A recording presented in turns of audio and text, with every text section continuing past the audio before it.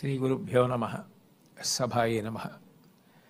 వేదిక మీద ఉన్న పెద్దలందరికీ, అట్లాగే సభలో ఆసీనులైన పెద్దలకి నా హృదయపూర్వక నమస్కారాలు.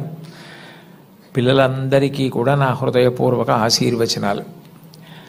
నాకు ఈ కర్తవ్యాన్ని అప్పజెప్పినప్పుడు గౌరవ ముఖ్యమంత్రి గారు నాతో మాట్లాడుతూ ఒక మాట అన్నారు. నైతికత అన్నది ప్రారంభం కుటుంబంలో ప్రారంభం కావాలి. తల్లి మాట వినడం, తండ్రి మాట వినడం, అన్నదమ్ముల్ని ప్రేమించడం ప్రారంభమైతే సమాజాన్నంతటినీ ప్రేమించడం తనంత తానుగా అలవాటవుతుంది. ఇవాళ కుటుంబాలలో విలువలు తగ్గిపోతున్నాయి. కుటుంబ సభ్యుల మధ్య ప్రేమ, అవగాహన తగ్గిపోతున్నాయి. కాబట్టి మీరు విద్యార్థులను ఉద్దేశించి ప్రసంగాలు చేసిన, ఆధ్యాత్మిక ప్రవచనాలు చేసిన ఈ విషయాన్ని దృష్టిలో పెట్టుకుని కుటుంబ విలువలు పెరగడానికి దోహదపడేటట్టుగా మీ ప్రసంగాలు చేయవలసింది అని కోరారు. ఇది మొట్టమొదటిసారి ప్రభుత్వ పక్షాన జరుగుతున్నటువంటి విద్యార్థుల సమ్మేళనం కాబట్టి నాకు ఎవరు ఈ కర్తవ్యాన్ని అప్పచెప్పారో వారు నాకు చేసిన సూచనని నేను ఔదలదాల్చవలసి ఉంటుంది. కాబట్టి వారు చేసిన సూచనతోటే నా ప్రసంగాన్ని ప్రారంభం చెయ్యాలి అని నేను అనుకున్నాను. కుటుంబం అనేది భగవంతుడు మనకిచ్చిన గొప్ప వరం. తల్లి కడుపున పుడతాం. నిజానికి ఈ తల్లి కడుపున పుట్టాలి అని ఎవరు నిర్ణయించుకోరు.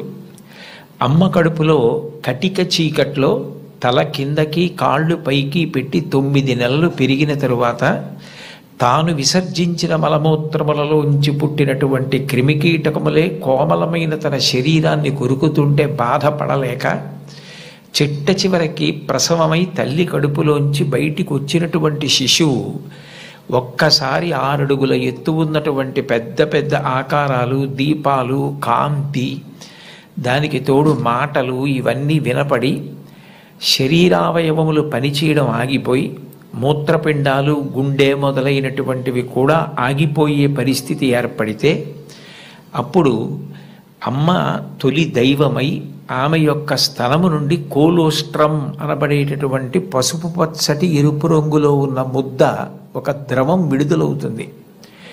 అది భగవంతుడు పెట్టినటువంటి ఒక గొప్ప వ్యవస్థ. ఏమీ తెలియనటువంటి పసిపిల్లవాడు అంత భయానక స్థితిలో అటువంటి ఆకారాలు, వెలుతురు చూసి భీతిల్లిపోతే లోపల ఉన్నటువంటి మలం గడ్డ కట్టేసి నల్లగా అయిపోయి, బ్లాక్ స్టూల్ అంటారట దాన్ని, నల్లగా అయిపోయి ఆ మలాన్ని విసర్జించడం చేతకాక హృదయ స్పందన కూడా ఆగిపోయే స్థితి ఏర్పడితే అప్పుడు పిల్లవాడికి గొప్ప స్వాంతన కలిగి కే మొదలైనటువంటి విటమిన్లతో కూడుకుని మళ్ళీ లోపల ఉన్న ప్రధానమైన అవయవాలన్నీ పనిచేసి గడ్డ కట్టినటువంటి మలం బయటికి వెళ్ళిపోయేటట్టుగా చేయగలిగిన శక్తి కలిగిన కోలోస్ట్రం అమ్మ యొక్క స్థనం నుంచి విడుదలవుతోంది. ఈ మాటలు నేను చెప్పట్లేదు. చాలా ప్రఖ్యాతమైనటువంటి ఒక గైనకాలజిస్ట్, ఒక డాక్టర్ గారు, రామాంజనేయులు గారని, వారు ఒక పుస్తకం రాశారు. ఆ పుస్తకం ఇంగ్లీష్లో ఉంది, మాతృదేవో భవ అని. ఆ పుస్తకంలో ఆయన వైద్యశాస్త్రాన్ని స్త్రీకి అన్వయం చేసి అసలు స్త్రీ అన్న ప్రాణి లేకపోతే ఈ సృష్టి లేదు, ఒకవేళ సృష్టి జరిగినా నిలబడే అవకాశం లేదు. తండ్రి కోట్లకు పడగలెత్తినవాడు కావచ్చు, గొప్ప అధికారి కావచ్చు, కానీ పుట్టినటువంటి పసిబిడ్డ ఆకలితో ఏడుస్తుంటే ఆ పసిబిడ్డకి పాలు పట్టగలిగినటువంటి శక్తి అమ్మకు ఒక్కదానికే ఉంటుంది. నేను ఈ బిడ్డని రక్షించుకోవాలి అన్న తాపత్రయం, ఆ తిరుగులేని ప్రేమ అమ్మకి మాత్రమే ఉంటుంది. అది కేవలం మనిషిలో కాదు. మీరు ఏ ప్రాణిని తీసుకోండి, కోడి గ్రద్దని చూస్తే హడిలిపోతుంది. అట్లాంటి కోడి తన గుడ్లని పొదిగి పిల్లల్ని చేసిన తరువాత ఆ పిల్లలు కొంచెం దూరం వెళ్ళి ఏదైనా తింటూ ఉంటే ఎక్కడ గ్రద్ద వచ్చి పిల్లల్ని తన్నుకుపోతుందో అని మెడ ఎత్తిపెట్టి ఆకాశం వంక చూస్తూ కొక్కొక్కొక్కొక్కొక్కొక్కొ అంటూ, ఒకవేళ గ్రద్ద వస్తే 2 రెక్కలు ఎత్తిపెట్టి పిల్లలన్నింటినీ రెక్కల కిందకి తెచ్చేసుకుని రెక్కలు ముడిచేసి కంఠం ఎత్తిపెట్టి ముందు నా కంఠాన్ని కోసేసి అప్పుడు నా పిల్లల్ని చెనకు అని గ్రద్దకి ఎదురు తిరుగుతుంది. ఒక కోడికి ఎవరు నేర్పారు తన పిల్లల్ని కాపాడుకోమని? స్త్రీ ప్రాణి. కోడి పుంజుకు లేదు ఈ లక్షణం, కోడి పెట్టకుంది ఈ లక్షణం, ఆడ కుక్కకుంది ఈ లక్షణం, ఆడ పందికుంది ఈ లక్షణం. స్త్రీ ప్రాణి ఎక్కడ ఉన్న లోకంలో బిడ్డల్ని కడుపులో పెంచుకోవడం, కడుపుని గర్భాలయం చేయడం, కన్న బిడ్డలకి పాలిచ్చి పెంచి పెద్ద చేయడం, అంత అవ్యాజానురాగంతో స్త్రీ చేసేటటువంటి త్యాగం లేకపోతే ఈ సమాజం లేదు. భగవంతుడి మీద తప్ప అన్యం మీద స్తోత్రం చెయ్యని శంకరాచార్యుల వారు తండ్రి మీద కూడా చెప్పల, అమ్మ మీద మాత్రం 5 శ్లోకాలు చెప్పారు. 5 శ్లోకాల్లో ఒక శ్లోకంలో అంటారు, ఆస్తాం తావదీయం ప్రసూతి సమయే దుర్వార శూలవ్యధ నైరుచ్యం తనుశోషణం మలమయీ శయ్యాచ సంవత్సరి ఏకస్యాపి నగర్భభారణ భర క్లేశస్య యస్య క్షమః దాతుం నిష్కృతి ఉన్నతోపి తనయత్తస్యై జనన్యై నమః అంటారు. 9 నెలలు కడుపు పెద్దదై వికారమును పొంది తాను వంగలేక పని చేసుకోలేక తిందామంటే ఆహారం సహించక ఎంతో కష్టపడి తాను మరణ సదృశమైనటువంటి వేదన పొంది అన్ని నిప్పులు పడి బిడ్డని ప్రసవించి ఆ బిడ్డకి పాలిచ్చి పెంచి పెద్ద చేసి ఏడాది పాటు చలికాలం లేదు, వర్షాకాలం లేదు, మంచంలోనే మలమూత్ర విసర్జన చేస్తే ఆ మలమూత్రములను తుడిచి కడిగి బిడ్డని రక్షించి తాను ఉపవాసాలు చేసి చిట్ట చివరికి అవసరమైతే పిల్లవాడు ఎంత పెద్దవాడైనా వాడికి ఏదైనా కించిత్ అనారోగ్యం కలిగిందంటే భయం వేసినటువంటి మనసుతో నా ఆయుర్దాయం కూడా నువ్వే పోసుకొని బ్రతుకని అనగలిగినటువంటి వ్యక్తి ప్రపంచంలో ఉంటే అది అమ్మ ఒక్కతే. అందుకే అమ్మ లాంటి ప్రాణి లోకంలో లేదు. శాస్త్రాలు కూడా మొట్టమొదటి నమస్కారం ఎవరికి చేయించాయి అంటే మాతృదేవో భవ. మాతృదేవో భవ అంటే భగవంతుడు అమ్మ రూపంలో ఉన్నాడు అని కాదు దాని అర్థం. అమ్మయే భగవంతుడై ఉన్నది, భగవతి అమ్మ. అమ్మ భగవంతుడు రెండు కాదు. ఎందుకనంటే ప్రాణం పోయేటప్పుడు కూడా ఎక్కడ కొడుక్కి ఇబ్బంది కలుగుతుందోనని కొడుక్కి ఇబ్బంది కలగకుండా వాడికి ఏ విధమైనటువంటి క్లేశము పొందకుండా తాను వెళ్ళిపోవాలని తల్లి కోరుకుంటుంది. సభలో చెప్పడం నాకు ఇష్టం లేదు, కానీ నేను ఉద్యోగం చేసిన రోజుల్లో నాతో పాటు ఉద్యోగం చేసినటువంటి ఒక వ్యక్తి తల్లి, ఆమెకి గుండె నొప్పి వస్తోందని తెలిసినా కొడుక్కి చెప్తే ఎక్కడ కొడుకు వైద్యానికి తీసుకెడతాడో, ఎక్కడ కొడుక్కి చాలా డబ్బు అయిపోతుందో, ఆడపిల్లలు పెళ్ళికి ఎదిగొచ్చారు, మగపిల్లలు చదువుకుంటున్నారని చెప్పడం మానేసి కొడుకు నిద్రపోవడానికి వెళ్ళిపోతుంటే పిలిచి ఒక్కసారి ఇలా కూర్చొని ఒళ్ళో తల పెట్టుకుంటానని, ఒళ్ళో తలపెట్టుకుని నేను నిద్రపోయిన తర్వాత నువ్వు వెళ్ళి పడుకో అని అంటే ఆవిడ ఉద్దేశ్యం ఏంటంటే ఆవిడ శాశ్వత నిద్రలోకి వెళ్ళిపోతోంది. ఆ కొడుకు ఒళ్ళో తలపెట్టుకుని పడుకుంటే కొంతసేపటికి తల్లి కదలటం లేదని వాడు కదిపి చూస్తే తల్లి శరీర త్యాగం చేసేసింది. ఆ తర్వాత తెలిసింది, తన భార్య చెప్పింది, కొంచెం గుండెల్లో నొప్పిగా ఉందమ్మా, బరువు పని చేయలేకపోతున్నాను, కానీ వాడికి మాత్రం నువ్వు చెప్పకు సుమా అని ఒట్టేయించుకుందట కోడలతో. అది తల్లి అంటే. అమ్మ అంటే అంతటి ప్రేమైకమూర్తి. అమ్మ లాంటి వ్యక్తి జీవితంలో ఇక దొరకదు. జీవితంలో అన్నిటికన్నా పెద్ద నేరం ఏమిటంటే అమ్మకి చెప్పలేము అన్న పని మనం చేయడమే. ఏ పని మనం చేస్తామో అది అమ్మకి చెప్పగలగాలి. మీరు ఏ పని చెయ్యండి, ఇది అమ్మకి నేను చెప్పలేను అన్న పని మీరు జీవితంలో ఎప్పుడూ చెయ్యకూడదు. భగవంతుడెంతో అమ్మ అంతే. మీరు మహాత్ములైన వారి ఎవరి జీవిత చరిత్ర పరిశీలించండి, అమ్మకి నమస్కారం చెయ్యకుండా అమ్మ గొప్పతనం చెప్పకుండా లేరు. ఈ రాష్ట్రానికి ముఖ్యమంత్రి చేసినటువంటి ప్రాతస్మరణీయులు టంగుటూరి ప్రకాశం పంతులు గారు తన జీవిత చరిత్రలో వ్రాసుకున్నారు. తాను మిడిల్ స్కూల్లో ప్రవేశించినప్పుడు 3 రూపాయలు జీతం కట్టలేకపోతే 25 మైళ్ళ దూరం నడిచి వెళ్ళి వాళ్ళ బావగారిని అప్పడిగితే ఆయన దగ్గర కూడా డబ్బు లేకపోతే మళ్ళీ 25 మైళ్ళు వెనక్కి తిరిగి వచ్చి, అమ్మ అప్పు దొరకలేదు, బావగారికి దగ్గర కూడా లేవుట, నేను చదువు మానేస్తానంటే అప్పటికే ఆ తల్లికి ఉన్నది ఒకే ఒక్క పట్టు చీర. ఆ పట్టు చీర పట్టుకెళ్ళి ఆ రాత్రికి రాత్రి తాకట్టు పెట్టి ఆవిడ ఆ డబ్బు పట్టుకొచ్చి చదివిస్తే ప్రకాశం పంతులు గారు బ్యారిస్టర్ అయ్యి రాష్ట్రానికి ముఖ్యమంత్రి అయ్యారు. ఆయన తన జీవిత చరిత్రలో అమ్మ గురించి అంత గొప్పగా వ్రాసుకున్నారు. ఏపీజే అబ్దుల్ కలాం గారు, ఆయన పేరు చెప్తే పిల్లలు పరవశించిపోతారు. కాకినాడలో ఒకసారి నేను గోశాలకు వెడుతుంటే సాయంకాలం వేళ పిల్లలు స్వచ్ఛందంగా, అదేం ఎవ్వరూ నిర్వహించింది కాదు, వాళ్ళంతట వాళ్ళుగా బయటికి వచ్చి కొవ్వొత్తులు పట్టుకుని ఎడుతున్నారు కొంతమంది. నాకు ఏమిటి ఇక్కడ ఏమీ కనపట్టలేదు, ఇక్కడ ఏమీ నినాదాలు లేవు, నడిపిస్తున్న వాళ్ళు లేరు, పిల్లలు ఎందుకు కొవ్వొత్తులు పట్టుకుని వెళ్తున్నారని నేను వాళ్ళని అడిగాను, ఏమ్మా ఎందుకు ఎడుతున్నారని. మహానుభావుడు అబ్దుల్ కలాం గారు శరీరం విడిచిపెట్టేశారండి, అందుకని కొవ్వొత్తులు పట్టుకుని ఎడుతున్నా ఉన్నారు. నేను ఈ మధ్య కాలంలో ఒక నాయకుడు వెళ్ళిపోతే, ఒక వ్యక్తి మరణిస్తే పిల్లలు స్వచ్ఛందంగా కొవ్వొత్తులు పట్టుకుని వెళ్ళడం చూసింది అబ్దుల్ కలాం గారి విషయంలో చూశాను. అటువంటి అబ్దుల్ కలాం గారు వింగ్స్ ఆఫ్ ఫైర్ అని ఇంచుమించు తన జీవిత చరిత్ర ఆ పుస్తకంలో వ్రాసుకున్నారు. రెండో ప్రపంచ యుద్ధ సమయంలో గోధుమలు రేషన్లో దొరుకుతున్నటువంటి రోజుల్లో అమ్మగారు రొట్టెలు ఒత్తి పిల్లలందరికీ పెడుతుంటే అందరి తలో 4 రొట్టెలు తినాలి. ఆ రోజు రొట్టె కూర బాగుందని కలాం గారు ఇంకో రొట్టె వేయి, ఇంకో రొట్టె వేయి అని తిన్నారు. అప్పటికి చిన్నవారు, చదువుకుంటున్నారు. ఇంకో రొట్టె వెయ్యని తినేస్తే అన్నగారు వచ్చి, నువ్వు రొట్టెలు ఎక్కువ తినేశావు, రెండో ప్రపంచ యుద్ధం జరుగుతోంది, రేషను గోధుమలు దొరకట్లేదు, అమ్మకి రొట్టెలు లేవు, నీకు పెట్టేసింది, అలా తినచ్చా అన్నారు.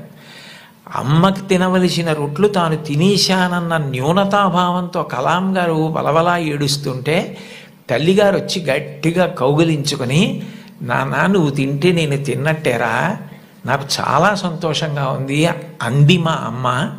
అమ్మ ఒకరోజు వస్తుంది, ఆ రోజు ఈ కలాం ఈ శరీరాన్ని విడిచిపెట్టి నీకు నమస్కారం చేయడానికి వస్తాడు. On the day of the final judgement అని రాసుకున్నారు ఆయన. ఆ రోజు నువ్వు ఏ అన్నం కూడా తినడం మానేసి పెట్టి నన్ను పెంచి పెద్ద చేశావో, ఈ శరీరంతో ఈ మేధస్సుతో నేను దేశ సేవ చేసి కృతార్థుడనై ఆ అమ్మ కన్నా కొడుకు అని నీకు కీర్తి తెచ్చి వచ్చి నీ పాదములకు నమస్కరిస్తానని రాసుకున్నారు. అమ్మకి అబ్దుల్ కలాం గారు ఇచ్చినటువంటి గౌరవం అంత గొప్పది.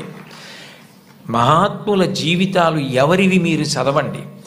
అంతవరకు ఎందుకు, మీ అందరికీ తెలిసిన్నటువంటి వ్యక్తి నోరి దత్తాత్రేయుడు గారని, ఇవాళ ప్రపంచ ప్రఖ్యాత క్యాన్సర్ స్పెషలిస్ట్, ఒకప్పుడు భారతదేశానికి రాష్ట్రపతి పదవి నిర్వహించినటువంటి వ్యక్తి, మాన్యులు శ్రీ నీలం సంజీవరెడ్డి గారికి క్యాన్సర్ వస్తే వారే ఆ వైద్యం చేసి ఆ వ్యాధి పోయేటట్టు చేశారు.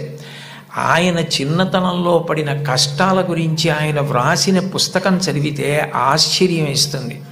వాళ్ళ అమ్మగారు పడ్డ కష్టం, ఎంత కష్టపడి ఆయన్ని పెంచి పెద్ద చేశారో, ఆయన విదేశాలు వెళ్ళి అంత పెద్ద క్యాన్సర్ స్పెషలిస్ట్ అయిన తర్వాత ఆయన చేసిన మొదటి పని ఏమిటంటే, మా అమ్మ ఒంటి మీద బంగారపు నలుసు లేకుండా అమ్మి మమ్మల్ని పెంచి పెద్ద చేసింది, ఆ అమ్మకి 2 బంగారు గాజులు కొంటే నా జీవితం ధన్యమని గాజులు కొనుక్కుని విదేశాల నుంచి వచ్చి అమ్మ చేతులకి తొడిగి ఆనంద బాష్పాలు కార్చారు. ఈ జాతి మొదటి లక్షణం అమ్మని గౌరవించడం. మాతృదేవో భవ.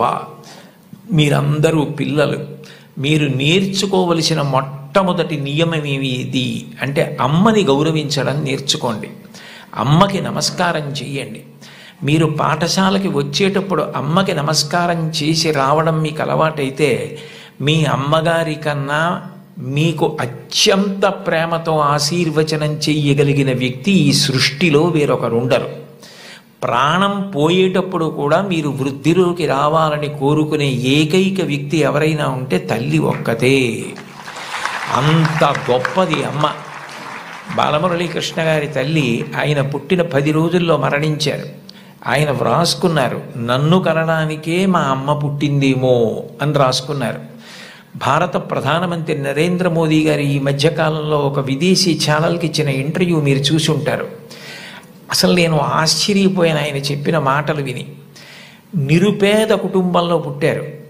వాళ్ళ అమ్మగారు అంత కష్టించి పనిచేసేవారు, వాళ్ళ నాన్నగారు కూడా అంత కష్టపడి పనిచేసేవారు. ఆయన ఆ ఇంటర్వ్యూలో ఒక మాట అన్నారు, అసలు నాకు బూట్లు వేసుకోవడం అంటే తెలియదు, కానీ బూట్లు లేవన్న పేదరికం మా మనసుకి అందకుండా మా అమ్మ పెంచింది. అంటే ఉన్నదానిలో అంత తృప్తిగా బ్రతకడం మా అమ్మ నేర్పింది. మాకిది లేదు, మేము చేతకాని వాళ్ళం, మేము వెనకపడిపోయాం అన్న భావన కలిగితే ఉత్సాహం రాదు.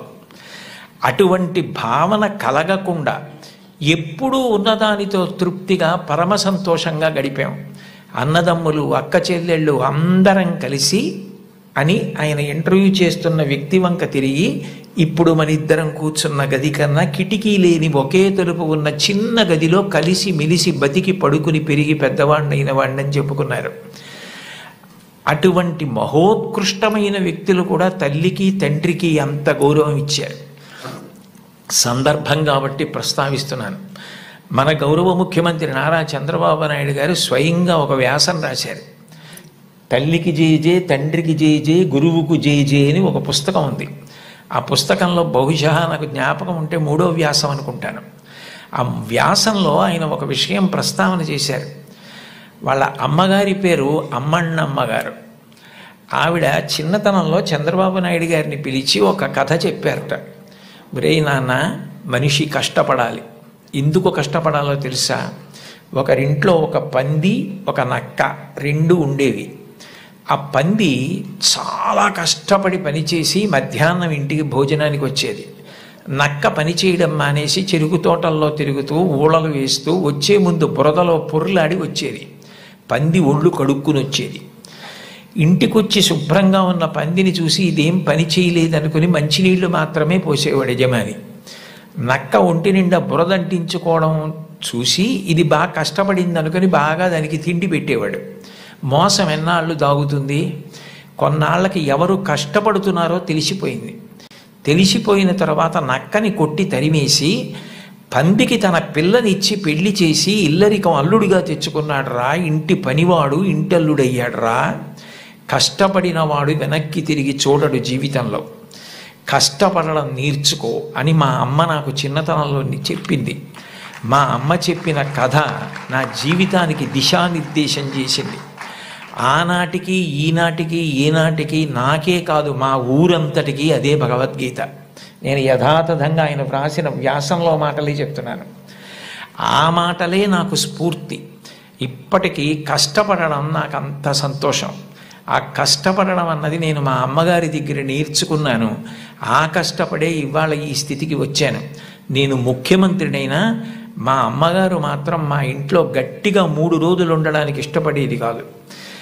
మళ్ళీ వెళ్ళిపోయి ఆ నారావారి పల్లెలో తెల్లవారి 5 గంటలకి లేచి గొడ్డు గోద పొలము పనులు అవి చేసుకోవడం, ఆ కష్టపడ్డము ఆవిడికి ఎంత సంతోషము అని అమ్మగారి ప్రేరణతో తాను ఎంత వృద్ధిలోకి వచ్చారో వ్రాసుకున్నారు. నేను ఏదో 4-5 విషయాలు మాత్రమే ప్రస్తావించాను. లోకంలో తల్లిని మించిన దైవం లేదు. మీరు జీవితంలో ఎప్పుడైనా అమ్మ నువ్వేం చేశావని అడిగితే, మీరు అమ్మకి చెప్పలేని స్థితి కలిగితే, మీరు చేసిన పని మీ అమ్మగారికి మీరు చెప్పలేకపోతే అంతకన్నా ఆత్మద్రోహం ఇంకొకటి లేదు. మీరు ఏది చేసినా మీ అమ్మగారికి చెప్పగలగాలి.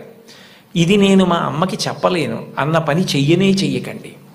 మీరు ఒకవేళ తప్పు చేసినా మిమ్మల్ని క్షమించడానికి సిద్ధంగా ఉండే మొదటి వ్యక్తి ఈ ప్రపంచంలో ఎవరైనా ఉంటే అమ్మే.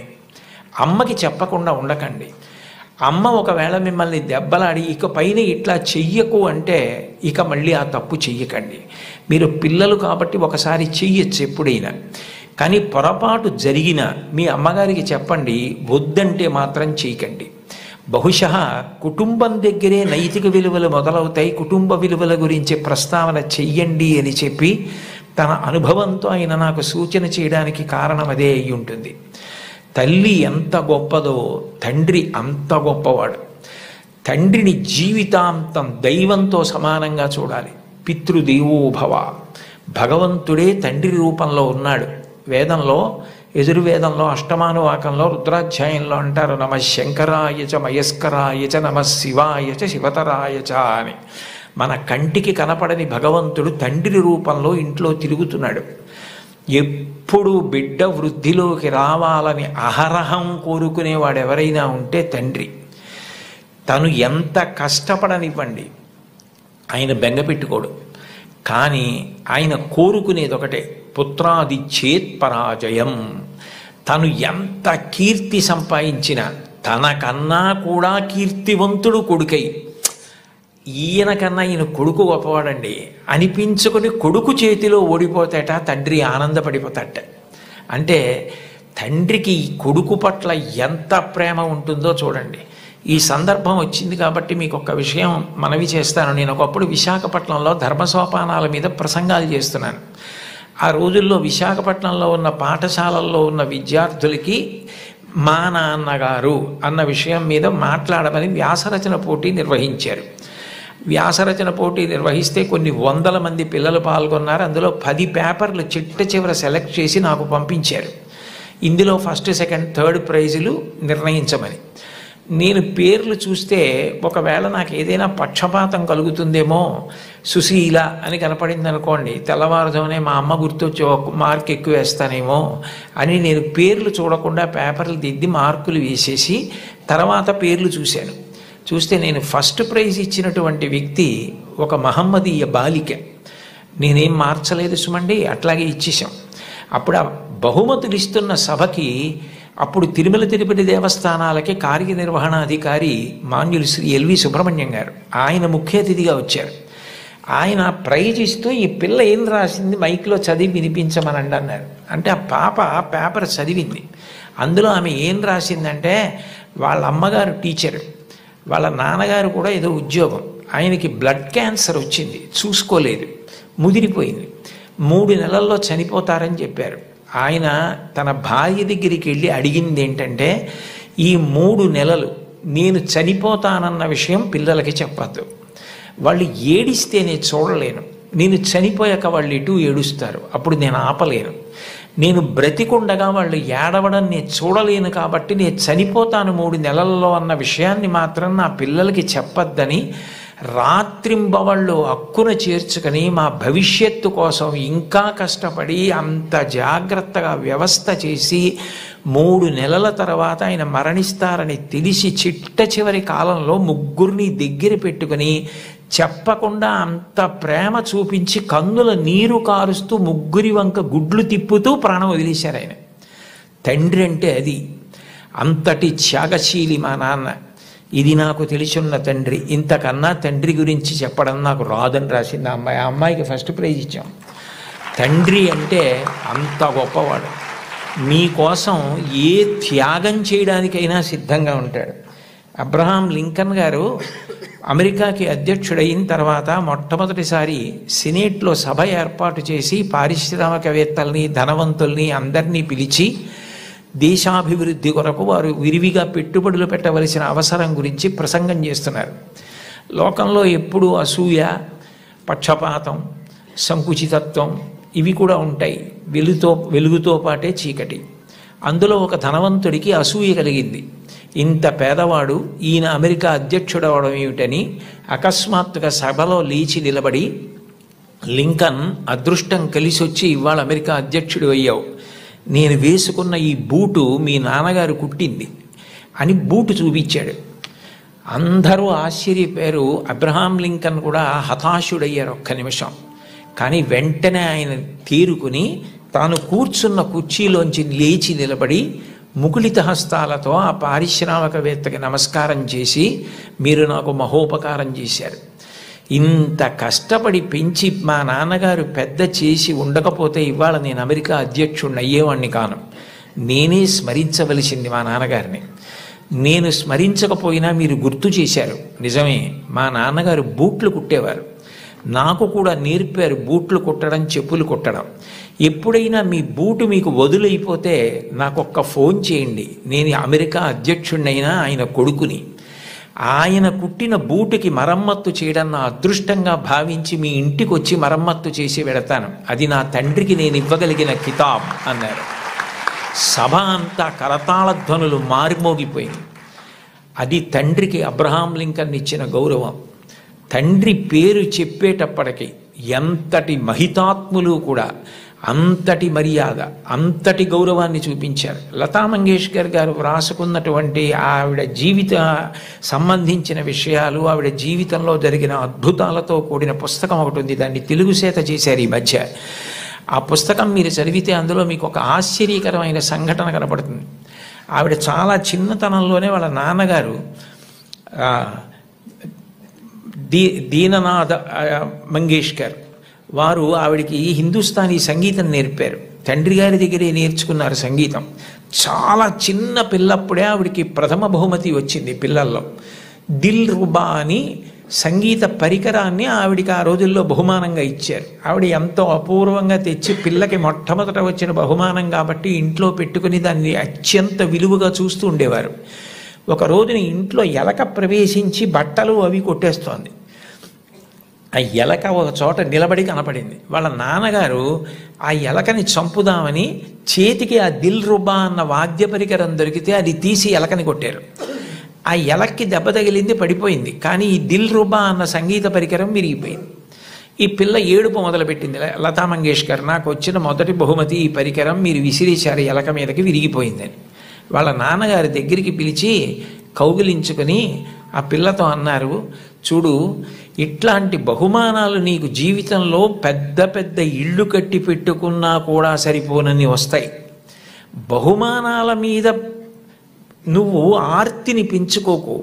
నీలో ఉన్న కళ పెరగడానికి నువ్వు పరిశ్రమ చేయడం నిరంతరం చెయ్యి. నీ కళని పెంచుకోవడం మీద ఆర్తి నీకు నిలబడితే నీ వెంట ఇట్లాంటి బహుమానాలు పరుగులు పెడతాయన్నారు.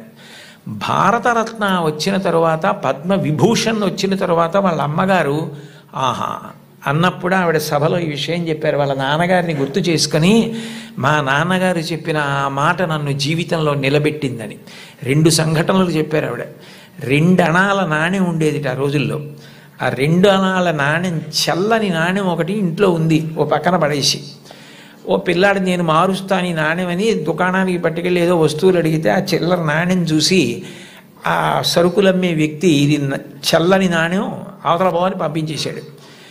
లతా మంగేష్కర్ చిన్నపిల్ల గౌన్లు వేసుకొని తిరుగుతున్న రోజులు, నేను చూడు వెళ్ళి విజయం సాధించి సరుకులు పట్టుకొస్తానని పరిగెత్తికెళ్ళి గల్లా పెట్టెని ఉండేది, అది పెట్టే తెరవక్కర్లేదు, కన్నం ఉండేది, అందులోంచి నాణ్యాలు పడేసేవారు పూర్వం. ఆమె వెళ్ళి ఇదిగో బేడ అంటే 2 అణాల నాణ్యం అనమాట, ఆ కన్నంలోంచి లోపల పడేసి కావలసిన వస్తువులను తీసుకుని వచ్చేసింది ఇంటికి. వస్తువుని ఆ పిల్లాన్ని చూసి, చూడు నువ్వు వెళ్ళి చల్లని బేడతో ఏం తేలైపోయావు, నేను తెచ్చానంది. ఆ మాట విన్నారు. విని లోపల నుంచి బయటికి వచ్చి దీననాథ్ మంగేష్కర్, నువ్వు నీ గొప్ప కాదు, నువ్వు నా కూతురువని మీ పెట్టెలో పడేశాను ఇవ్వండి అంటే తీసి చూడకుండా వస్తువులు ఇచ్చేశాడు. కానీ ఇవాళ సాయంకాలం ఆయన డబ్బులు లెక్క పెట్టుకుంటాడు. చల్లని బేడ దొరుకుతుంది, గుర్తు పట్టచ్చు పట్టకపోవచ్చు. నువ్వు ఇలా మోసం చేయడం ఈ వయస్సులో నేర్చుకుంటే నీ జీవితం ఎలా వృద్ధిలోకి వస్తుంది, నువ్వు ఎట్లా బాగుపడతావు? ఈసారికి నీకు చిన్నతనం కలిగితే కలిగింది, నీకు ఇంకొక బేడ ఇస్తాను, ఈ బేడ పట్టుకెళ్ళి నువ్వు ఆయనకి ఇచ్చేసి, అయ్యా నేను మిమ్మల్ని మోసం చేశాను, మీ గళ్ళాపెట్టెలో వేసింది సరి అయిన బేడ కాదు, నేను తప్పు చేశాను, ఇంకెప్పుడు ఇట్లాంటి పని చేయను, నా తండ్రికి అగౌరవం తేను, మా నాన్నగారికి ఈ విషయం తెలియదు, నన్ను మందలించి పంపారు అని చెప్పి వెళ్ళి ఇచ్చేసి వచ్చేసేయండి. ఆమె ఆ నాణ్యం పట్టుకెళ్ళి ఇచ్చేసి క్షమాపణ చెప్పి వచ్చేశారు. ఆ సంఘటన నా జీవితాంతం నాకు జ్ఞాపకం ఉండిపోయింది. ఆ పైన నా జీవితంలో నేను ఎప్పుడూ ఎవరిని మోసం చేయడానికి ఇష్టపడలేదు, మా నాన్నగారి ముఖం ఆయన మాట గుర్తొచ్చింది అని చెప్పుకుందావిడ. తండ్రి మాట పిల్లల్ని చిక్కుతుంది. తండ్రి మాట పెడచెవిన పెట్టకండి. తండ్రి గారు మిమ్మల్ని ప్రేమగా పిలిచి చెప్పినా, కోపంగా చెప్పినా, తండ్రి యొక్క వ్యధ, ఆయన హృదయంలో మీరు పాడైపోకూడదన్న ఆర్తి ఉంటుంది తప్ప మిమ్మల్ని ఏదో దండించాలనేటటువంటి తాపత్రయం ఉండదు. తండ్రి మిమ్మల్ని ఎప్పుడు ఏ మాట అన్నా దాన్ని ప్రేమతో, నాన్నగారు తప్ప ఎవరంటారు ఇట్లా, ఆయనకి తప్ప అధికారం ఎవరికి ఉంది, మా అమ్మకి తప్ప ఎవరికి ఉంది అధికారం అని మీ అమ్మగారి మాట, నాన్నగారి మాట వినడం మీరు నేర్చుకోండి. మీకు తెలియకుండానే మీకు నైతిక విలువలు చాలా అలవాటు అవుతాయి. ఎందుకంటే మీరు పాడయ్యే మాటలు, మీరు పాటించకూడని మాటలు మీ తల్లిదండ్రులు మీకు ఎప్పుడూ చెప్పరు. కుటుంబ విలువల్లో మీరు తప్పకుండా గమనించవలసినది తల్లి తండ్రి ఎంత గొప్పవాళ్ళో మీ తోబుట్టువులు కూడా అంతే గొప్పవాళ్ళు. మీ కన్నా ముందు పుట్టిన అన్నని గౌరవించాలి, మీకన్నా వెనక పుట్టిన వాళ్ళని మీరు అంత ప్రేమించగలగాలి. ఒక్కొక్క వ్యక్తి యొక్క జీవితం చెక్కబడడానికి కారణం ఒక్కొక్కసారి తోబుట్టువులు అవుతారు. Playing it in my way అని సచిన్ టెండూల్కర్ ఒక పుస్తకం రాశారు. మీరందరికీ పిల్లలు కాబట్టి మీకు బహుశా సచిన్ టెండూల్కర్ గారు అంటే చాలా ప్రీతి ఉంటుంది. మీరు ఆయన రాసిన పుస్తకం చదివారేమో అని నేను అనుకుంటున్నాను, కొంతమంది పిల్లలైనా. అందులో ఆయన ఒక విషయం రాశారు. ఆయన చిన్నతనంలో ఆ రోజుల్లో అచ్రేకర్ గారిని క్రికెట్లో ఆయన దగ్గర నేర్చుకోవడం అంటే చాలా గొప్ప. అచ్రేకర్ గారి దగ్గర క్రికెట్లో శిక్షణ పొందడం కోసం టెండూల్కర్ గారు వెళ్ళినప్పుడు ఆయన్ని తీసుకెళ్ళింది ఆయన అన్నగారు అజిత్. అచ్రేకర్ టెండూల్కర్ని నిలబెట్టి కొన్ని బాల్స్ బౌలింగ్ చేయించి ఏది ఆడు అన్నారు. అస్సలు సరిగా ఆడలేకపోయారు టెండూల్కర్. ఆడలేకపోతే వెంటనే గురువుగారు అచ్రేకర్ చూసి అబ్బాయి పిల్లవాడు ఇంకా సరిపోడు, వచ్చే వేసంకాలం సెలవుల్లో తీసుకురండి అన్నారు. అన్నగారు అజిత్ పరిగెత్తుకుంటూ అచ్రేకర్ దగ్గరికి వెళ్ళి కాదు కాదు మా వాడి వ్యక్తిత్వంలో ఒక బలహీనత ఉంది, వాడు చాలా మొహమాటస్తుడు, సిగ్గు భయం బిడియం, మీరు చూస్తున్నారన్న బిడియంతో ఆడలేకపోయాడు. మీరు సరే నువ్వు కాసేపు ఆడుతుండు నాకు పనుంది అని దయచేసి మీరు కొంచెం దూరంగా వెళ్ళిపోయి మా వాడి ఆట తీరు పరిశీలించండి, అప్పుడు మీకు నచ్చకపోతే మా వాడిని తీసుకోవద్దన్నారు. ఏమిటో ఈ పిల్లాడు ఇంత ఆర్తిగా చెప్తున్నాడు తమ్ముడు గురించి చూద్దామని అచ్రేకర్ గారు సరే అట్లాగే చేస్తానని టెండూల్కర్ నువ్వు ఆడుతుండు నాకు చిన్న పనుంది మళ్ళీ వస్తానని దూరంగా వెళ్ళిపోయి చూశారు. అద్భుతమైన స్ట్రైట్ డ్రైవ్స్ కొడుతున్నాడు టెండూల్కర్ గారు. చూసి ఆశ్చర్యపోయినటువంటి అచ్రేకర్ తిరిగి వచ్చి టెండూల్కర్ని శిక్షణ ఇవ్వడానికి తీసుకున్నారు. అచ్రేకర్ చెప్పినటువంటి పాఠాలు, బంతిని ఎలా ఆడాలన్న దాని విషయంలో గురువు నేర్పినటువంటి మాట ఎంత పని చేసిందంటే టెండూల్కర్ మీద అలసట అన్నది లేదు. ఆఖరికి బంతేసేవాడు లేకపోతే మేజోడు సాక్లో క్రికెట్ బాల్ కట్టి తాడు కట్టి గడప మధ్యలో కట్టుకుని అటు ఇటు వెళ్లకుండా స్ట్రైట్ డ్రైవ్స్ కొట్టడం ప్రాక్టీస్ చేశారు వాళ్ళ మేనత్ ఇంట్లో. ఆ తర్వాత భారతరత్న అయ్యారు టెండూల్కర్. ఆయన గొప్పతనం ఎక్కడుందంటే టెండూల్కర్ది అంత గొప్పవాడై భారతరత్న అయిన తర్వాత పార్లమెంట్ మెంబర్ అయిన తర్వాత గురువుగారు అచ్రేకర్ మరణిస్తే ఆయన వెళ్ళి పాడి మోసాడు టెండూల్కర్. అది గురువు పట్ల ఇవ్వవలసిన గౌరవం. తల్లి తండ్రి ఎంత గొప్పవారో గురువు అంత గొప్పవాడు. తోడ పుట్టినవాడు అంత అక్కరకొస్తారు. జీవితంలో తోడ పుట్టిన వాళ్ళన్న వాళ్ళు మాత్రం వాళ్ళే. ఎక్కడికి వెళ్ళినా స్నేహితులు దొరకచ్చు, ఎక్కడికి వెళ్ళినా బంధువులు ఉండొచ్చు. దేశే దేశే కళత్రాణి దేశే దేశే చ బాంధవాహ తంతు దేశం నపశ్యామి ఎత్ర భ్రాత సహోదర అంటాడు రామాయణంలో రాముడు. ఎక్కడికి వెళ్ళినా బంధువులు స్నేహితులు దొరకచ్చు, కానీ తోడ పుట్టిన వాళ్ళన్న వాళ్ళు మాత్రం ఆ జన్మకి వాళ్ళే. వాళ్ళని ప్రేమించడం, వాళ్ళతో దెబ్బలాడకపోవడం, వాళ్ళతో ప్రేమ భావనతో ఉండడం, వాళ్ళతో గౌరవంగా ఉండడం. చెల్లిని తమ్ముణ్ణి మార్గదర్శనం చేసి సచిన్ టెండూల్కర్కి అజిత్ చేసినట్టు చక్కగా వృద్ధిలోకి రావడం తెలుసుకోండి. అంతవరకు ఎందుకు అంటే ఒక్కొక్క విషయం తీసుకునేటప్పటికీ నాకు ఏవేవో జ్ఞాపకానికి వచ్చేస్తుంటాయి. అబ్దుల్ కలాం గారే వింగ్స్ ఆఫ్ ఫైర్లో ఒక చోట రాసుకున్నారు, ఆయనకి కోరిక తపన ఎట్లాగైనా మద్రాస్ ఇన్స్టిట్యూట్ ఆఫ్ టెక్నాలజీలో ఏరోనాటికల్ ఇంజనీరింగ్ చదవాలని. సీట్ వచ్చింది. 1000 రూపాయలు కట్టాలి. ఆ రోజుల్లో 1000 రూపాయలు లేవు, నాన్నగారికి ఇచ్చే పరిస్థితి లేదు, ఆయన కలలు నెరవేరే అవకాశం లేదు. అటువంటప్పుడు ఆయన తోబుట్టువు జోహ్రా అనుకుంటాను, నేను చాలా రోజులైంది చదివి. ఆ జోహ్రా ఆయన తోబుట్టువు ఆమె చేతి గాజులు గొలుసులు తాకట్టు పెట్టి తీసుకొచ్చి కలాం గారికి ఇచ్చి నువ్వు చదువుకో అంది. కలాం గారు ఆనంద భాష్పాలతో ప్రతిజ్ఞ చేశారు, స్కాలర్షిప్ సంపాదించి నేను నీ నగలు కుదువ నుంచి విడిపించి మళ్ళీ నీకు తీసుకొచ్చి ఇచ్చేస్తాను చెల్లి అని చెప్పి అక్క అని చెప్పి ఆయన వెళ్ళి చదువుకుని ఎంత గొప్పవారయ్యారో మీకు అందరికీ తెలుసు. తోబుట్టువులు అంత గొప్పగా ఆదుకుంటారు. తోబుట్టువులను నిర్లక్ష్యం చేయడం, మా అన్నయ్యతో నాకు మాటలు లేవండి, మా తమ్ముడితో నాకు మాటలు లేవండి, మా అక్కతో నాకు మాటలు లేవండి. ఈ మాట అనడం చాలా దారుణం. నీ తోడబుట్టిన వాడితోటే నువ్వు సర్దుకోవడం చేత కాని వాడివి సమాజంలో ఎవరితో సర్దుకుంటావు? ఎవరితో శాశ్వతంగా స్నేహాన్ని నెరపగలుగుతావు? నిన్నెవరు నమ్ముతారు? ఎంతమంది వచ్చినా నీ తోబుట్టువులు నీ ఇంటికి రాకపోతే ఏమిటో ఆయన ఊరందరికీ చెప్తారు కానండి, వాళ్ళ తమ్ముడే వాళ్ళ ఇంటికి రాడు, వాళ్ళ అన్నయ్యే వాళ్ళ ఇంటికి రాడు అంటారు. విలితి ప్రసంగం అవుతుంది. తోబుట్టువులతో సఖ్యత ఎప్పుడూ పాటించాలి. ఘర్షణ అన్నది ఉంటుంది. ఒక్కొక్కటి మనకిష్టమైంది తమ్ముడికి ఇష్టం లేకపోవచ్చు. ఏది ఇష్టం లేదో దాన్ని పరిహరించండి. ప్రేమగా ఉండడం, ప్రేమ పంచడం, అందరితో కలిసిమెలిసి ఉండడం బాగా నేర్చుకోండి. కుటుంబంలో మీరు ఏది నేర్చుకున్నారో అదే ముందుకొచ్చి పెద్దదవుతుంది సమాజంలో. కుటుంబంలో పెద్దవాళ్ళు తల్లిదండ్రులు ఉంటారు, సమానులు ఉంటారు, కింద చెల్లెళ్ళు ఉంటారు, తమ్ముళ్ళు ఉంటారు. మీరు దాన్ని పెంచితే, ఆ గది గోడలు పెంచితే అదే సమాజం. మీరు సమాజంలోకి వచ్చారనుకోండి, మీకన్నా బాగా చదువుకునే వాళ్ళు ఉంటారు. మీకన్నా బాగా చదువుకునే వాళ్ళని చూసి మీరు అసూయ పడకూడదు. వీళ్ళు ఎంత కష్టపడితే నాకన్నా ఇన్ని మార్కులు సంపాదించగలిగారు, కాబట్టి నేను కూడా కష్టపడతాను, కష్టపడి వీళ్లతో సమాన స్థాయిని పొందుతానని వాళ్ళని గౌరవించడం నేర్చుకోండి. మీతో సమానంగా మార్కులు వచ్చేవాళ్ళు ఉంటారు, నాతో సమానుడు అనకండి. అఫీషియల్ లాంగ్వేజ్లో మై ఈక్వలెంట్ కౌంటర్ పార్ట్ అంటుంటారు. అలా ఉదాసీన భావం పొందకండి. నాతో సమానుడు అంటే నేను ఎంత కష్టపడితే నాకు ఈ మార్కులు వచ్చాయి, అతను కూడా అంత కష్టపడితే కదా వచ్చాయి, కాబట్టి ఇతన్ని నేను గౌరవించాలని ప్రేమించండి. మీకన్నా తక్కువ వాళ్ళు ఎప్పుడన్నా కనపడ్డారనుకోండి, సమాజంలో మనకన్నా కింద ఉన్నవాడు, మనకన్నా పైన ఉన్నవాడు, మనకన్నా సమానుడు కనపడకుండా ఉండడు. ఈ ముగ్గురు కనపడి తీరుతారు మీకు. మీకన్నా చిన్నవాడు కనపడితే మీరు పరిహసించడం, వెటకారం ఆడడం, వాళ్ళని తక్కువ చేసి చూడడం నేర్చుకుంటే అంతకన్నా మానవత్వానికి చేటు ఇంకొకటి లేదు. మనకన్నా ఎవరైనా తక్కువలో కనపడితే వాళ్ళు వృద్ధిలోకి రావాలని మనస్ఫూర్తిగా భగవంతుణ్ణి ప్రార్థించాలి.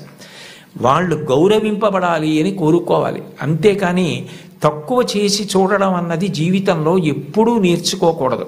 నీ తమ్ముడైతే నీ తమ్ముడికి ఒక్క మార్కు తక్కువ వస్తే వాడికి రావాలని ఎలా కోరుకుంటావో, నీ కుటుంబం గదులు ఆ గోడలు పోతే అది పెద్దదైతే అది సమాజం అవుతుంది. నువ్వు ఇంట్లో ఏం నేర్చుకున్నావో అదే రేపు సమాజంలో నువ్వు అమలు చేయగలుగుతావు.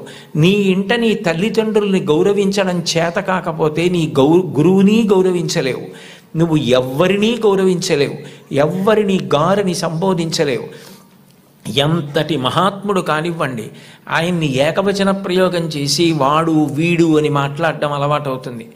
మన ఎదురుగుండా ఉన్నారా లేరా అని కాదు, పెద్దల గురించి మాట్లాడేటప్పుడు గౌరవంగా సంబోధించి మాట్లాడడం. పెద్దల పట్ల మాట్లాడేటప్పుడు మనం అనవసరంగా విమర్శించడం మర్యాద కాదు.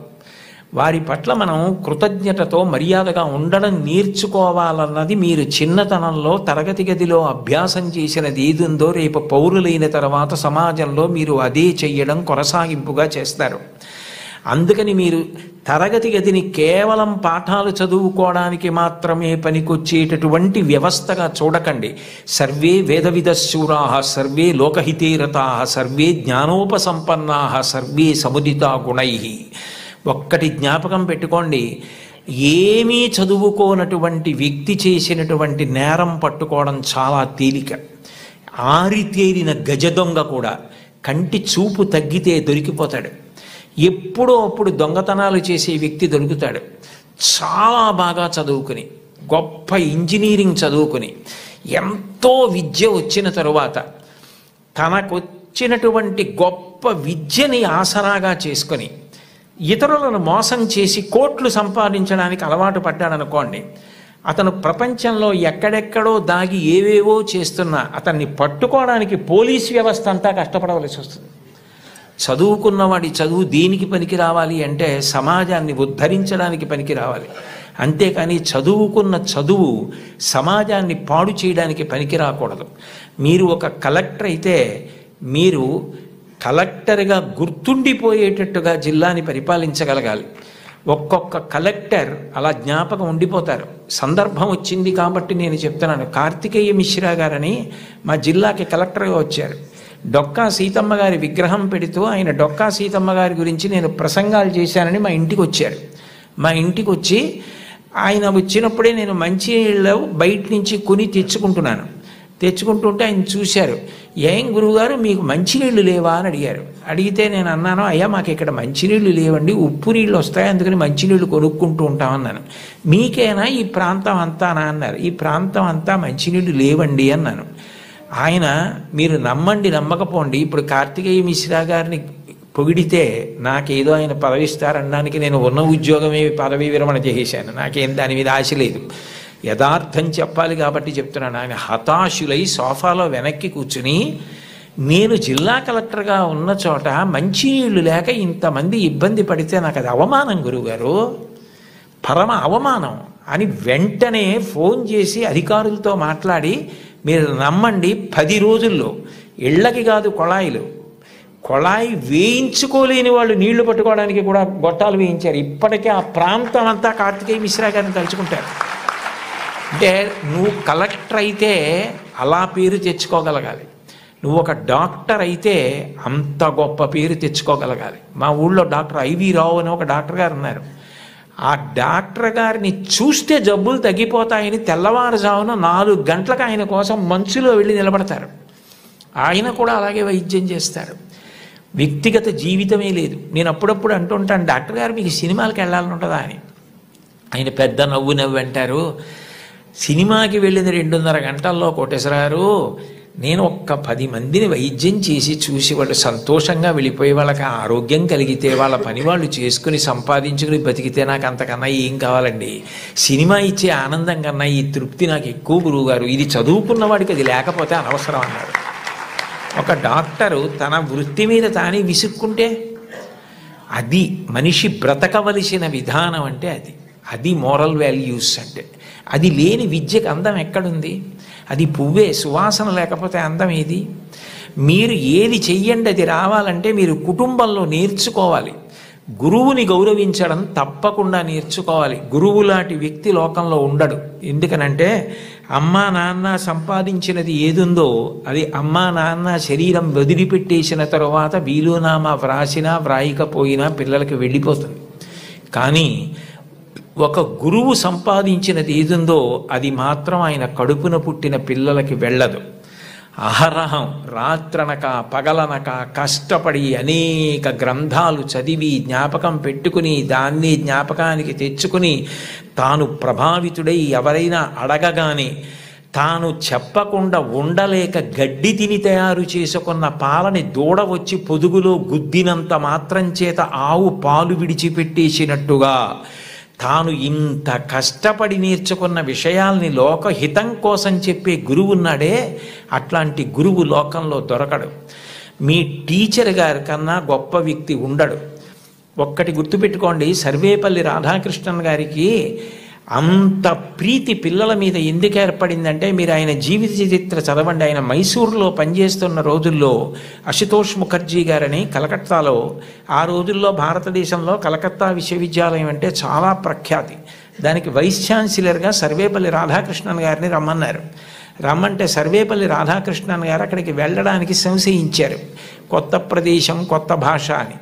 కాదు మీరు రావలసిందే, ఇక్కడికి వస్తే మీకున్నటువంటి విద్య ప్రపంచ ప్రఖ్యాతి పొందుతుంది, మీరు రావలసిందే అంటే ఆయన అన్యమనస్కంగా మైసూరు విశ్వవిద్యాలయానికి రాజీనామా చేసి కలకత్తా విశ్వవిద్యాలయానికి వైస్ ఛాన్సలర్గా వెళ్ళిపోతున్నప్పుడు సామానంతా సర్దుకుని వెళ్ళడానికి సిద్ధపడ్డారు. మీరు రాధాకృష్ణన్ గారి జీవిత చరిత్ర చదవండి. నేను అక్షరం అబద్ధం చెప్పట్లేదు, అవసరం నాకు లేదు. గుర్రబండిలో మైసూర్ రైల్వే స్టేషన్కి వెళ్ళడానికి సర్వేపల్లి రాధాకృష్ణన్ గారు సిద్ధపడుతుంటే పిల్లలందరూ వచ్చి విశ్వవిద్యాలయం నుంచి మీలాంటి గురువు మాకెక్కడ దొరుకుతాడు, మీరు చెప్పిన పాఠాలతో మేము ఇన్ని విషయాలు నేర్చుకున్నాం, మీరు గుర్రాలు లాగిన బండిలో వెళ్ళడానికి వీల్లేదని వీధులన్నీ మైసూర్ స్టేషన్ వరకు పువ్వులు చల్లి పిల్లలు గుర్రపు బండిని లాగి ఆ దంపతుల్ని కూర్చోపెట్టి మైసూర్ స్టేషన్కి తీసుకెళ్లారు. ట్రైన్ ఎక్కిస్తే రాధాకృష్ణన్ గారికి మైసూరు ప్లాట్ఫామ్ కనపడలేదు. అంతమంది పిల్లలు నిలబడి అశ్రుధారలతో ఆయన్ని విడిచి ఉండలేక ఏడుస్తూ ఆయనకి నమస్కారం చేస్తుండగా ట్రైన్ విడిపోతే ఒక ఉపాధ్యాయుడు పిల్లల మీద ఇంత ప్రభావం చూపించగలడనమాటని, తన పుట్టినరోజుగా చేయవద్దని ఉపాధ్యాయ దినోత్సవంగా చేయమని, తల్లి తండ్రి తర్వాత మీ భవిష్యత్తు గురించి అంత వెంపర్లాడే వ్యక్తి ఎవరైనా ఉంటే గురువు ఒక్కడే. అంబేద్కర్ గారు భారత రాజ్యాంగ నిర్మాత. తెల్లవారి లేస్తే ఆయన్ని స్మరిస్తాం. అటువంటి అంబేద్కర్ గారు భీమ్రావ్ అంబేద్కర్. నిజానికి ఆయన పేరులో భీమ్రావ్ అన్నది ఆయన పేరులోది కాదు. ఆయనకి చిన్నతనంలో ఒక్కొక్కసారి అన్నం తినడానికి ఇబ్బంది కలిగితే ఒక ఉపాధ్యాయుడు తాను తెచ్చుకుని మధ్యాహ్నం తినవలసిన భోజనంలోంచి కొంత భోజనాన్ని అంబేద్కర్ గారికి పెట్టి అంత ప్రేమతో చూశాడు. ఏ భీమ్రావ్ అన్న ఉపాధ్యాయుడు తనని అంత ప్రేమతో చూశాడో ఆ పేరు తన పేరులోకి కలుపుకున్నారు అంబేద్కర్ గారు. కలుపుకుని భీమ్రావ్ అంబేద్కర్ అని పెట్టుకున్నారు. మీరు కావాలంటే ఈ విషయాలు ఏపీజే అబ్దుల్ కలాం గారు ఇండామిటబుల్ స్పిరిట్ అని ఓ పుస్తకంలో ఎన్ని అద్భుత విషయాలు రాశారో అందులో ఇది కూడా ఉటంకించారు ఒకసారి ఒక సభలో. కాబట్టి గురువుని గౌరవించడం, అంబేద్కర్ గారిని గౌరవించడం అంటే అంబేద్కర్ గారు గురువుని ఎలా గౌరవించారు, టెండూల్కర్ తన గురువుని ఎలా గౌరవించాడు, గురువు పేరెత్తేటప్పటికీ ఈ దేశంలో ఎంత గౌరవాన్ని చూపించేవారు. ఎంఎస్ సుబ్బలక్ష్మి గారు చచ్చిపోతే కలాం గారు రాష్ట్రపతి భవన్ నుంచి చెన్నై వెళ్ళి, నా తల్లి, ఈ గడ్డ, నేను పుట్టిన ఈ దేశం, ఎంఎస్ సుబ్బలక్ష్మి ముగ్గురు నాకు తల్లు లేని పాడి మోశారు. అది సంస్కారం. వాళ్ళు చరిత్రలో మిగిలిపోయారు మహితాత్ములై. అంటే నేను చెప్పేది గురువుని గౌరవించడం అన్న మాట అంత గొప్పది. కలాం గారు అంత గొప్పవారయ్యారు. అంత గొప్పవారై రాష్ట్రపతి పదవి విడిచిపెట్టేసిన తర్వాత తిన్నగా పిల్లలకి పాఠం చెప్పడానికి వెళ్ళిపోయారు. ఈ దేశం పిల్లల గురించి ఆయనకి ఎంత ఆర్తో, మహానుభావుడు చిట్ట చివర గుండెపోటు వస్తుంటే కూడా పిల్లలకి మాట్లాడుతూ ఒరిగిపోయారు. అంతటి మహానుభావుడు పుట్టిన గడ్డ. అటువంటి కలాం గారు తన జీవితంలో అంత గొప్పవాడవడానికి కారణం ఒక గురువు అని రాసుకున్నారు. చిన్నప్పుడు కలాం గారు పాఠం వింటుంటే విమానం గురించి పాఠం చెప్పారు. శివసుబ్రహ్మణ్య అయ్యర్ అని ఆయన పాఠం చెప్పి పిల్లలందరిని అడిగారు, అర్థమైందా అని అడిగారు. కలాం గారు లేచి నాకు అర్థం కాలేదు అన్నారు. గురువుగారి దగ్గర ధైర్యంగా ఉండాలి. మీ అమ్మగారెంతో, మీ నాన్నగారెంతో, మీ గురువుగారు అంతే. వాళ్ళ తర్వాత మీ గురించి అంత ప్రేమ చూపించేది ఆయనే. మీరు గొప్పవారై మీరు వృద్ధిలోకి వస్తే అంత సంతోషపడిపోయేది ఆయనే. ఆ గురువుగారు అర్థం కాలేదా అన్నారు. ఇంకో 2-3 పిల్లలు లేచి అర్థం కాలేదన్నారు. సరే, అందరు పిల్లలు సాయంకాలం సముద్ర తీరానికి రండి అన్నారు. రామేశ్వరంలో ఆ రోజుల్లో చదువుకునేవారు చిన్నప్పుడు కలాం గారు. రామేశ్వరం సముద్రపుటుడు ఉంది.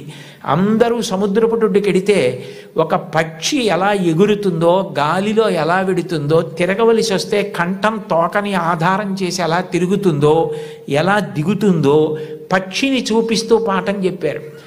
అది ఆ పక్షిని చూస్తూ విన్న చిన్ని కలాం గారి మనసులో ఏరోనాటికల్ ఇంజనీరింగ్ మీద బీజాలు పడ్డాయి.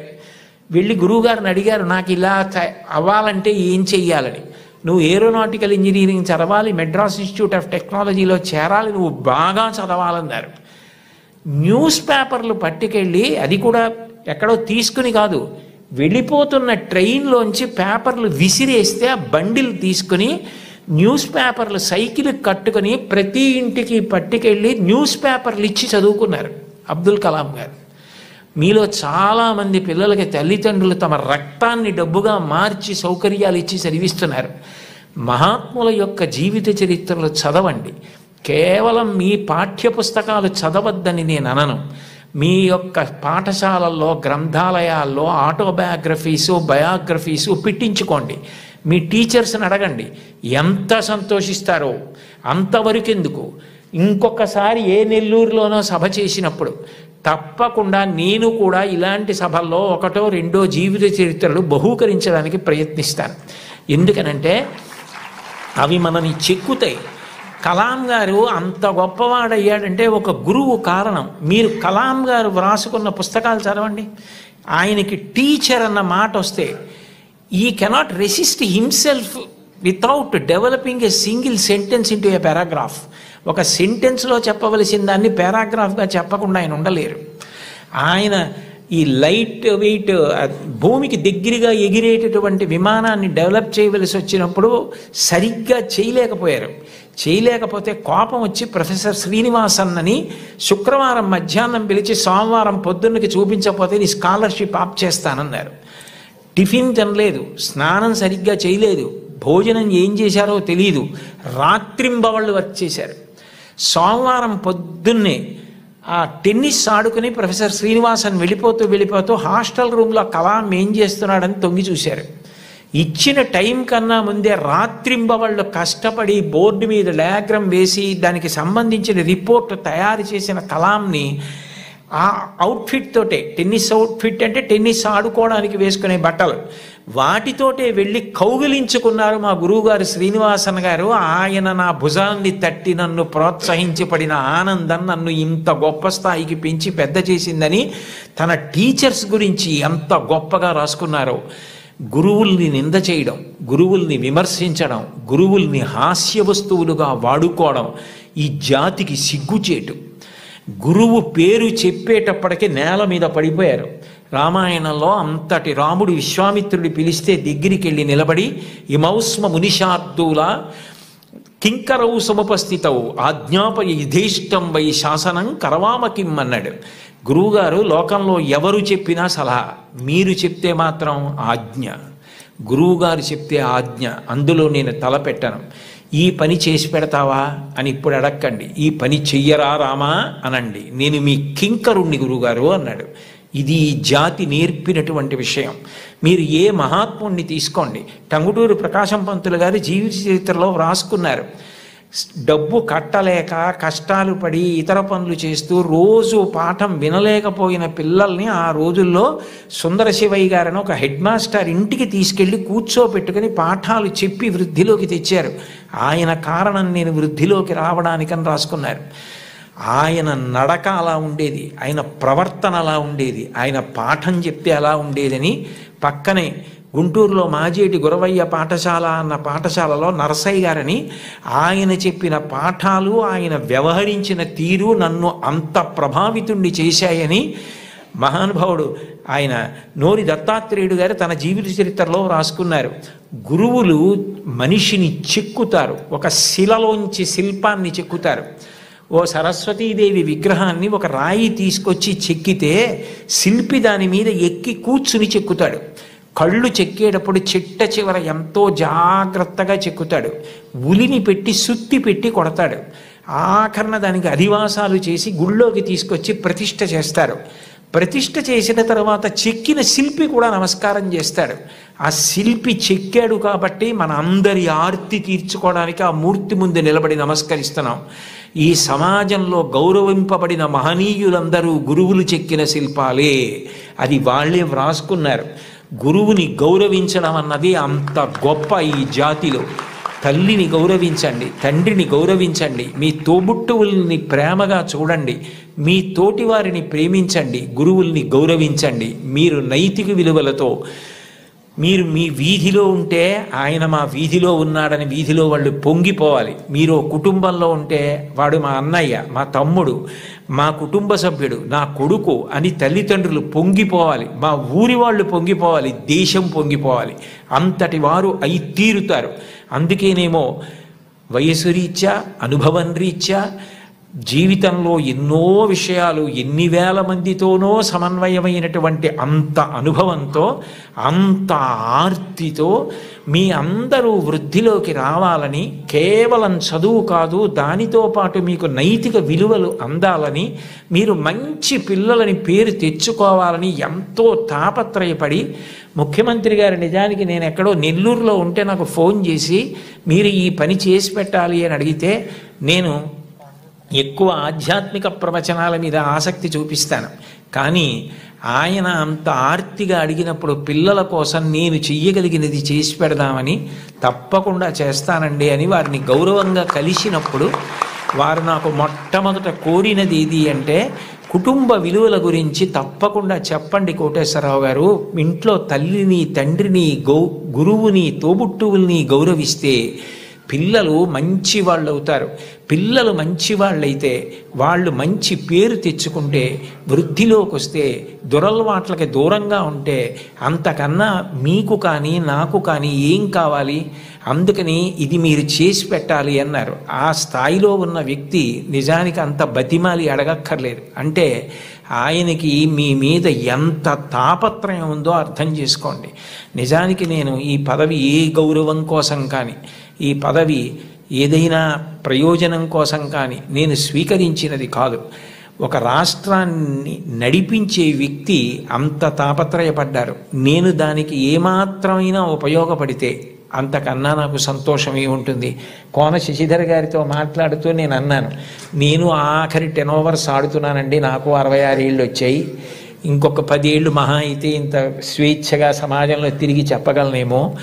ఈ సమయం నేను పిల్లలకి కొంత కేటాయించి చేయగలిగితే నాకు అంతకన్నా ఆనందం ఏముంటుంది అని ఒప్పుకున్నాను. కాబట్టి నేను చెప్పిన ప్రతి మాట నా గుండెల్లోంచి వచ్చింది తప్ప నా నోట్లోంచి వచ్చింది కాదు. కాబట్టి మీ అందరూ చక్కగా క్రమశిక్షణతో వృద్ధిలోకి వచ్చి మంచి పేరు ప్రఖ్యాతులు తెచ్చుకోవాలని నేను త్రికరణ శుద్ధిగా శారదామాత పాదార విందములకు శిరసు తాటించి సాంజలిబంధకంగా నమస్కరిస్తూ, ఇంత గొప్ప సదస్సులో పిల్లల కోసం ఇంత ఆర్తితో ఏర్పాటులు చేసిన చోట మాట్లాడడానికి అవకాశం ఇచ్చిన పెద్దలందరికీ నా హృదయపూర్వక కృతజ్ఞతలు ఆవిష్కరిస్తూ స్వస్తి.